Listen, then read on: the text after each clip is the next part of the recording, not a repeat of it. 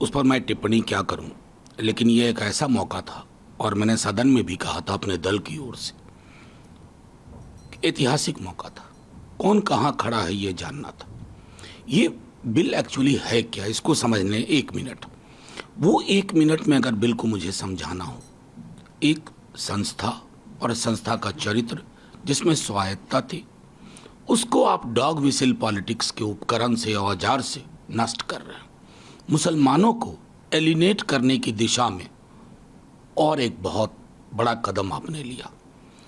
कई दल जो आमतौर पर विपक्ष के साथ नहीं होते थे, इस पर हमारे साथ थे, लेकिन नीतीश जी के नियंत्रण में अगर चीजें, पार्टी, सरकार है और तब ये निर्णय हो रहे हैं तो भगवान मालिक है, और अगर उनके नियंत्रण में नहीं है तो भगवान को तो और भी मालिक बनना पड़ेगा। क्या लगता है मनोज सर, नीतीश कुमार खुद ये डिसीजन नहीं ले? मैंने कह दी अपनी बात, मेरी बात स्पष्ट है।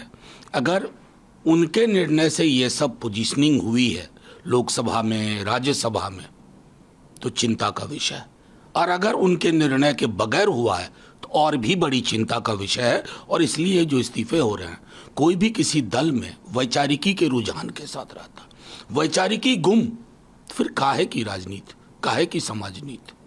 Sir, all India Muslim personal law board ने राष्ट्रपति द्रौपदी मुर्मू को इस पूरे मामले में करने की बात की, वहीं इस बिल को लेकर एक बैठक नहीं, all India Muslim personal law board, कई पॉलिटिकल पार्टीज इंक्लूडिंग हमारे नेता प्रतिपक्ष तेजस्वी जी बहुत कीन हैं कि हम लोग हर तरह के विकल्प ढूंढे, including moving to the highest court of the land, कि ये अनकॉन्स्टिट्यूशनल बिल है, इसे खारिज किया जाए। आपने कहा कि इंक्लूडिंग हाईएस्ट कोर्ट है, कांग्रेस एमपी भी कोर्ट जा रहे हैं, सुप्रीम कोर्ट, कुछ दिन ओवैसी भी सुप्रीम कोर्ट जा रहे हैं, लेकिन आपके जो विरोधी हैं कह रहे हैं कि लालू जी 2010 में क्यों स्टेटमेंट दिए थे और आज क्यों पलटी नहीं, मार रहे हैं? वो तो मैंने अमित शाह जी को कहा। आप लोग तो बहुत बड़ा चैनल आपका है, वर्ल्ड सर्विस है, लालू जी का पूरा स्टेटमेंट दिखाओ भाई। मैंने तो अमित शाह जी से कहा, ये नहीं होगा ना कि सेमी कोलन के बाद का एक आधा टुकड़ा ले लिया और पूरा 15-20 मिनट खारिज कर दिया। ये मैंने सदन के अंदर कही।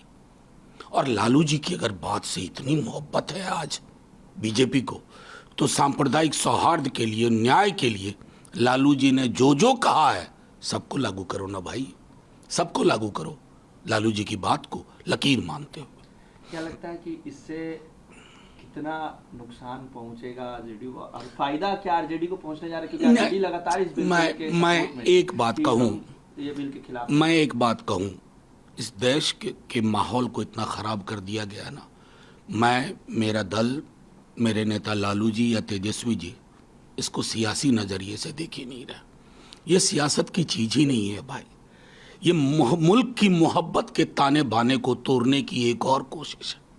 और जैसा मैंने सदन में कहा था कि आपको मुसलमान को डिसइनफ्रेंचाइज करने का आपने निर्णय ले लिया, उसका इकोनॉमिक बायकॉट करो। और तब मैंने ईदगाह की कहानी सुनाई थी कि हामिद ने चिमटा अपनी दादी अमीना के लिए कहाँ से खरीदा था। इनका दौर होता तो हामिद चिमटा कहाँ से खरीदेगा ये भी बताते। कई लोग तो ये भी कह रहे हैं कि ये जो बिल है वो अल्पसंख्यक भाइयों के हक में ये बिल है और इससे किसी की जमीनें नहीं छीनी जा रही। ऐसा ही नहीं कहते थे फार्म लॉज में? आपको तो याद होगा जब किसान कानून, वो काले कानून पास हुए थे कितनी प्रेस कॉन्फ्रेंसेस की बीजेपी ने अलग अलग राज्यों में, मुंह की खानी पड़ी ना। सड़कें जब रोशन हो जाती है ना, वहां इनकलाब आता है, तो संसद के पारित बिलों को भी वापस लेना पड़ता है। आरजेडी एकदम स्टैंड लेगी इस बिल को लेके, सड़क से सदन, कोर्ट से। अरे आरजेडी तो मर जाएगी, कट जाएगी, लेकिन मौलिक मुद्दों से समझौता कतई नहीं करेगी। ये मेरे नेता भी स्पष्ट कर चुके हैं।